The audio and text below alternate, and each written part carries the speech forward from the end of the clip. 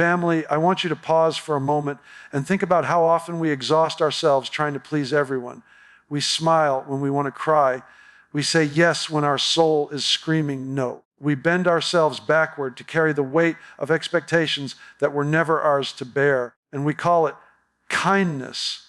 But hear me today, there's a difference between being Christ-like and being a doormat. There's a difference between walking in love and allowing your identity to be crushed under the demands of people who don't value the gift of who you are. God never called you to be nice. He called you to be strong, truthful, and free. There is a profound difference between being nice and being kind, though at first glance they may appear similar. Niceness is often about maintaining harmony at any cost, even when it means silencing yourself, hiding your true feelings, or ignoring what is right. It can be a mask worn to avoid conflict or to secure the approval of others. While it may look good on the surface, niceness can actually be rooted in fear of rejection, fear of disapproval, or fear of tension. In contrast, kindness flows from a place of courage and love. It does not seek approval, it seeks truth. Kindness is willing to risk misunderstanding, offense, or even rejection in order to honor what is right and authentic. God does not call us to a life of shallow niceness, but to the deeper, richer, and more powerful life of kindness, where truth and love walk hand in hand. When someone is nice, they may smile and say yes to requests even when their heart is heavy, their schedule is overloaded, and their spirit is weary. They may agree with opinions they do not share simply to avoid conflict, or remain silent in the face of wrongdoing because they do not want to be labeled difficult. Niceness is often people pleasing dressed up as virtue. It does not confront injustice, does not correct lies, and does not defend truth. Niceness can become a prison, locking you into a cycle of saying yes when you should say no, hiding your real voice, and betraying your true self in order to fit an image others will accept. Kindness, however, is rooted in strength. Kindness says yes only when it can do so honestly. It says no firmly, but without cruelty. It refuses to flatter or deceive because its foundation is integrity. Kindness is compassionate, but it is also truthful. For example, if a friend is making destructive choices, niceness will keep quiet, afraid to damage the friendship, while kindness will lovingly confront them, even if it risks discomfort. True kindness doesn't watch someone walk toward harm in silence. It intervenes with love and courage. God's call for us to move from niceness to kindness is really a call to step out of fear and into freedom. Niceness is fueled by the desire for human approval, but kindness is empowered by divine love. When you are kind, you act from a place of security in who God has made you to be, not from a place of anxiety about what people think of you. This is why kindness requires courage. It often means making choices that others won't understand, but it is better to be misunderstood in truth than celebrated in pretense. Consider the example of a young woman working in an office where her boss often pressures employees to stay late without compensation. Out of niceness, most of her colleagues never complain. They smile, nod, and comply, even though it eats into their health, family time, and peace. She, too, feels the pressure to stay silent, but she realizes that this pattern is unfair and harmful. Niceness would keep her quiet, convincing her that speaking up would make her look uncooperative. Kindness, however, gives her the strength to respectfully approach her boss, explain the impact of the demands, and suggest a healthier alternative. Her action is rooted not in rebellion, but in care for herself and her coworkers. Her kindness may cause temporary friction, but in the long run, it fosters fairness, truth, and respect. By choosing kindness over niceness, she protects not only her own integrity, but also creates space for positive change. The shift from niceness to kindness is one of the most liberating transformations a person can experience. It allows you to live authentically, to love honestly, and to walk in truth without fear of rejection. God never intended for his people to be burdened by the chains of people pleasing. He designed us to live in the boldness of love, where kindness is not weakness but strength, where truth is not softened into silence but spoken with grace. Niceness might make people like you for a moment, but kindness builds trust, respect, and real relationship. Niceness may keep you comfortable, but kindness sets you free. And when you step into that freedom, your yes becomes powerful and your no becomes holy. Boundaries are not signs of weakness, selfishness, or indifference. They are sacred lines that protect your time, your purpose, your energy, and ultimately your obedience to God. Many people struggle with this idea because they think that saying yes to every request is a demonstration of love or humility. They fear that turning down opportunities, declining invitations, or stepping away from people who constantly take from them is wrong. Yet, in truth, every yes you give has a cost. Each time you commit yourself to something God never asked of you, you are unconsciously saying no to something He did assign to your life. Boundaries, then, are not barriers against love. They are the very framework that allows you to live in alignment with God's will. Even Jesus, who embodied perfect love and compassion, lived with boundaries. He did not try to be everything to everyone. There were times when He walked away from crowds who wanted Him to stay longer. He withdrew from His disciples to pray in solitude, sometimes leaving their needs unmet in order to hear from the Father. He did not heal every sick person in every town, but only those within the scope of His divine mission. To the human eye, this could look like limitation, but in reality, it was alignment. Jesus was modeling a life that responded to God's voice above human demand. If the Son of God Himself operated with holy boundaries, how much more necessary is it for us to guard our purpose in the same way? The danger of a life without boundaries is that it leads to exhaustion, distraction, and disobedience. Many people's lives stretch so thin that they cannot hear God clearly anymore. Their schedule is packed with obligations born out of guilt rather than conviction, and their energy is spent pleasing people instead of fulfilling the assignments God placed on their lives. Without boundaries, life becomes a constant reaction to others instead of a steady obedience to God. The enemy knows this, which is why he often uses distraction rather than destruction. If he cannot ruin you outright, he will simply keep you busy with things that look good but are not God's will for you.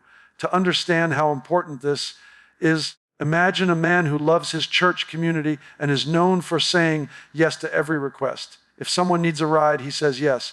If someone asks for money, he gives it even when it leaves him short for his own bills.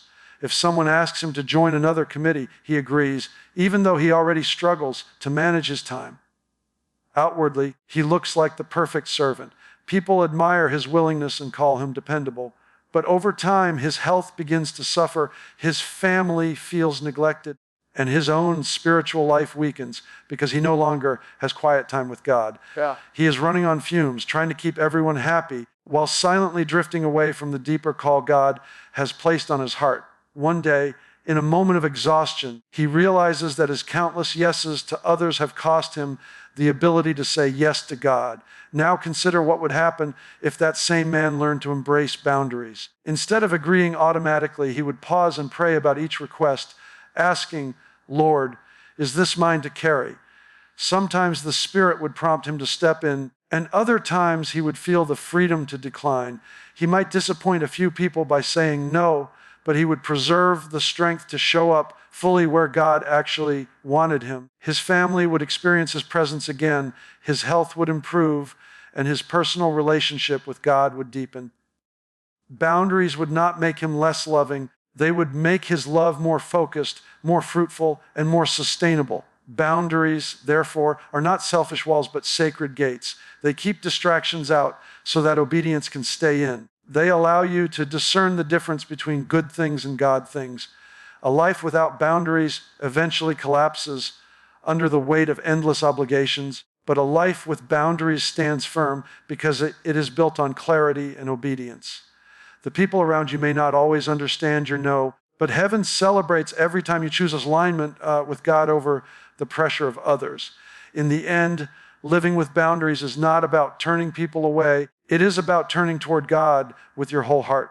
When you choose boundaries, you are saying, Lord, my time, my energy, and my life belong to you first.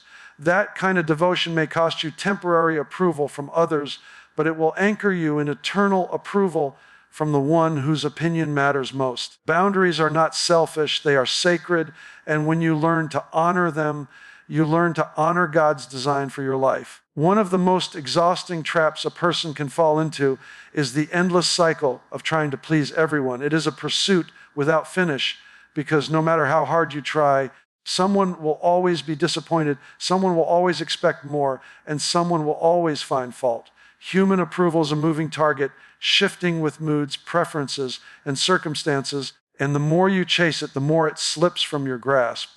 What begins as a desire to be helpful or loving can turn into a heavy chain of expectations that robs you of peace and purpose. God never called you to carry that burden. He never anointed you to be liked by all. His call on your life is effectiveness, not popularity. The question is not, what do they think of me? But, am I walking in obedience to Him? When you live to please people, you begin to measure your worth by their reactions. A compliment lifts you, but criticism crushes you. An invitation makes you feel valued, but exclusion makes you feel forgotten. Your heart begins to rise and fall with the unpredictable waves of other people's opinions.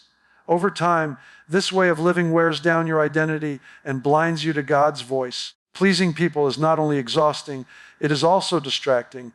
It diverts your energy from the assignments God has placed in your hands and ties you to tasks, conversations, and performances He never asked of you. God's call is very different.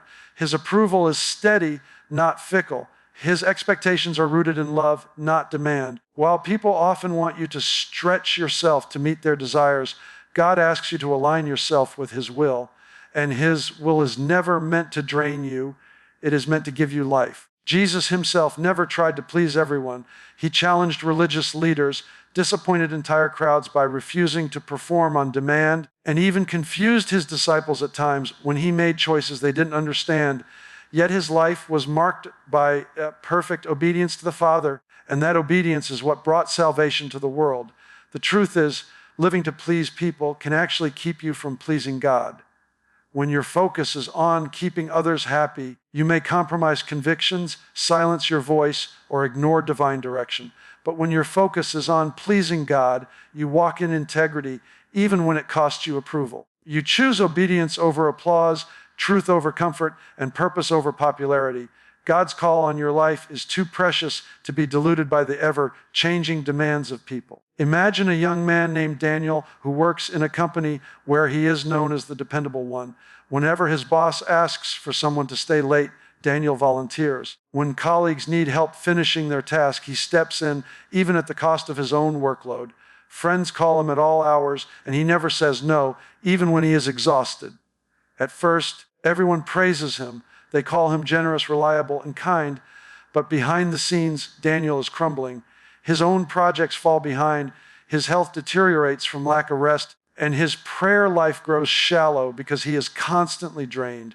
The very people he is trying to please hardly notice his sacrifices because they have come to expect them. In trying to be everything to everyone, Daniel has neglected the one voice that matters most, God's. One day, Daniel hears a message that pierces his heart. You are not called to please everyone. You are called to obey God.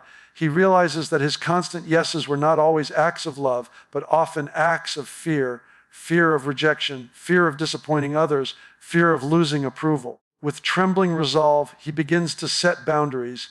He tells his boss he can no longer stay late every night. He learns to decline requests that overextend him, and he begins to prioritize time with God. At first, some people are unhappy. They call him less helpful, less available, even selfish. But as time passes, Daniel grows stronger, healthier, and more centered in his faith. He discovers that his effectiveness increases when he is not stretched thin. His yes carries weight because it is no longer rooted in fear, but in conviction. This example highlights a truth many overlook. The people you wear yourself out trying to please will often move on quickly, but the God you obey will remain forever. Pleasing people may win you temporary praise, but pleasing God secures eternal impact. Obedience may not always make you popular, but it will always make you purposeful. In the end, you must choose whose voice carries the most weight in your life. If you live for the shifting approval of people, you will remain trapped in cycles of exhaustion and emptiness. But if you live for the steady approval of God, you will walk in freedom and fruitfulness. Stop asking, what do they think of me? And start asking, what will He say about me? Because when your life is measured by His voice, you will find that effectiveness is far greater than popularity, and obedience is far sweeter than applause. Love is one of the most powerful forces God placed in the human heart, but many people misunderstand it. They think love means total sacrifice of self, even to the point of erasing their own voice, identity, and purpose. They convince themselves that to keep relationships intact, they must agree when they disagree, remain silent when they want to speak, and accept mistreatment as though endurance is the same thing as love. But that is not the love God calls us to.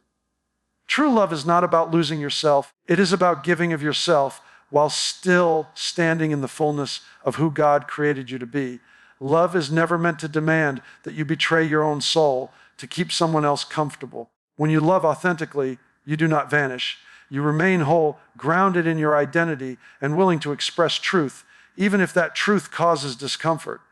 Love that comes from God has boundaries, honesty, and courage. It can say yes with joy, but it can also say no with firmness. It does not always cater to people's desires because love is not about pleasing. It is about seeking what is truly good for the other person, even if they don't immediately see it. Sometimes the most loving thing you can do is to disappoint someone in the short term to preserve what is right in the long term. Losing yourself in the name of love is dangerous because it slowly erodes the image of God inside you. Each time you silence your voice when it should be heard, each time you pretend to agree when you actually disagree, and each time you tolerate disrespect to keep the peace, you chip away at the identity God gave you. Over time, you may find yourself resentful, bitter, or empty because you are pouring love out of a well that has been neglected and dried up. God did not call you to a love that erases you. He called you to a love that reflects Him, and His love always brings life, not destruction. Real love respects both the giver and the receiver. It values your worth just as much as the worth of the person you are loving. Jesus gave us the clearest model of this balance. He loved without limit, but He never lost Himself in the process. He washed His disciples' feet as an act of humility, yet He also confronted them when they were wrong. He poured Himself out for others, yet He also withdrew when He needed time with the Father. His love was sacrificial, but it was never self-erasing. He embodied truth and grace together, showing us that to love well, you must be rooted in who you are in God. Imagine a woman named Sarah who has always been known as the giver in her family. Whenever relatives call, she drops everything to help, even when it means neglecting her own health, dreams, or responsibilities. When disagreements arise, she swallows her true opinions to avoid upsetting anyone. Her family praises her for being so selfless, but deep inside, Sarah feels drained and unseen. She begins to notice that her constant giving has made her invisible, and the people around her have grown to expect her sacrifice without gratitude. One day, she hears a sermon reminding her that love is not about losing yourself, but about standing strong in who God made you. Slowly, she begins to practice saying no when requests stretch her too far. She voices her real opinions in family discussions. At first, some relatives are surprised, even upset, but over time, they learn to respect her more. Sarah discovers that her love now flows from a healthier place, no longer out of fear or pressure, but out of choice. She doesn't love less, she loves better because she is no longer betraying herself in the process. This example shows that love without self-respect is not really love, it is compliance. Compliance may keep relationships smooth on the surface, but it corrodes them underneath. Love with integrity, however, may cause friction at first, but it builds deeper, more authentic connections. When you love without losing yourself, you allow others to see the real you, and you give them the opportunity to love the real you in return. God created each person with unique gifts, strengths, and perspectives. Those qualities are not meant to be hidden for the sake of acceptance. They are meant to shine as part of your expression of love. Real love honors God's design in you and refuses to trade authenticity for approval. If your love constantly requires you to disappear, then it is no longer love. It is fear wearing love's mask. In the end, love that is whole does not shrink, silence, or erase. It stands tall, speaks truth, and gives freely without betraying the self God formed with care. To love without losing yourself is to love as Christ loved, with strength, honesty, and purpose. That is the kind of love that heals, transforms, and lasts. ChatGPT said, there comes a point in life when you must decide whose voice matters most, the shifting voices of people or the steady voice of God. Acceptance is something every human heart naturally longs for. We want to be included, appreciated, and affirmed by those around us. There is nothing inherently wrong with enjoying community or friendship, but the danger comes when acceptance becomes the standard by which you measure your choices. If your decisions are driven primarily by whether people will like you, approve of you, or applaud you, then you have already surrendered your obedience to God. Acceptance feels good in the moment, but it is fleeting. Obedience may not always be easy, but it carries eternal weight. At the end of life, you will not stand before the crowds whose approval you worked so hard to earn. You will not give an account to colleagues who admired you, to neighbors who judged you, or even to family who misunderstood you. The only one you will stand before is God. His voice is the one that will echo for eternity. If he says, "Well done, good and faithful servant," that will carry more power than every compliment, every cheer, and every word of acceptance you ever received on earth. Obedience is greater than acceptance because obedience endures forever, while human approval fades as quickly as it is given. Living for acceptance often requires compromise. You may find yourself bending your convictions, softening your truth, or silencing your faith to avoid offending others. You may take paths that look good to people, but pull you away from the specific assignment God has given you. In the end, acceptance from people can actually cost you alignment with God. On the other hand, obedience may bring misunderstanding, rejection, or even ridicule from others, but it secures the favor of the one whose opinion matters most. What use is it to win the applause of the crowd if it means losing the approval of heaven? Obedience is often costly in the short term, but rewarding in the long term. It requires courage to stand alone, to go against the grain, to hold on to conviction when others mock or criticize. But the cost of obedience is nothing compared to the cost of disobedience. Disobedience may win you temporary approval, but it robs you of peace, purpose, and intimacy with God. Obedience may feel heavy in the moment, but it opens doors of blessing, strength, and eternal reward that far outweigh the discomfort of rejection. Consider the example of a young man named David who worked in a company where dishonesty was common practice. His colleagues often exaggerated numbers, bent the truth with clients, and cut corners to gain quick profits. David knew that if he followed the same path, he would be praised by his boss and accepted by his peers. But deep in his heart, he also knew it would compromise his integrity before God. For a time, he wrestled with the temptation. Acceptance whispered, "Just go along. It's what everyone does." Obedience whispered, "Stand firm in truth, even if it costs you." Finally, David chose obedience. He refused to exaggerate numbers or mislead clients. As expected, some colleagues laughed at him. His boss expressed disappointment, and he felt the sting of rejection. Yet, over time, clients began to notice his honesty and trusted him more than others. Eventually, his integrity opened greater doors for him than compromise ever could. More importantly, David knew that his choice honored God, and that peace was worth far more than applause. This example reveals an important reality. Acceptance may come quickly, but it is shallow and unstable. People who cheer for you today may turn against you tomorrow. Their approval is conditional, depending on whether you continue to meet their expectations. Obedience, however, is solid ground. When you choose obedience, you anchor yourself in God's will, which never shifts with the tide of opinion. You may walk through seasons of loneliness or misunderstanding, but you will walk them with the presence and strength of God. When you stand before Him, the words of others will fade, but His words will remain. If He calls you faithful, it will echo for eternity. That is why obedience must be greater than acceptance. One lasts for a moment, the other lasts forever. One is based on opinion, the other on truth. One can lead you astray, the other keeps you aligned with your purpose. The applause of people may feel sweet, but it cannot compare to the peace that comes from knowing you have lived in obedience to God.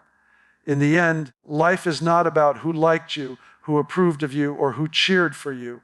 It is about whether you walked in obedience to the one who created you. Acceptance may fill your ears with noise, but obedience fills your heart with peace. And peace with God is worth more than 1,000 voices of praise. So stop confusing being nice with being godly. Stop allowing your voice to be silenced, your time to be stolen, and your heart to be manipulated by people who were never meant to shape your destiny. Stand strong, speak truth, love deeply, but love with boundaries. God is not asking you to keep everyone happy. He's asking you to live in freedom, to walk in His will, and to be bold enough to stop being nice when nice is keeping you from being whole. And when you do, you'll find that the ones who truly belong in your life will honor the strength of who you are, not the shell of who you pretend to be. God said, stop being nice to everyone. Not because He wants you to love less, but because He wants you to live free.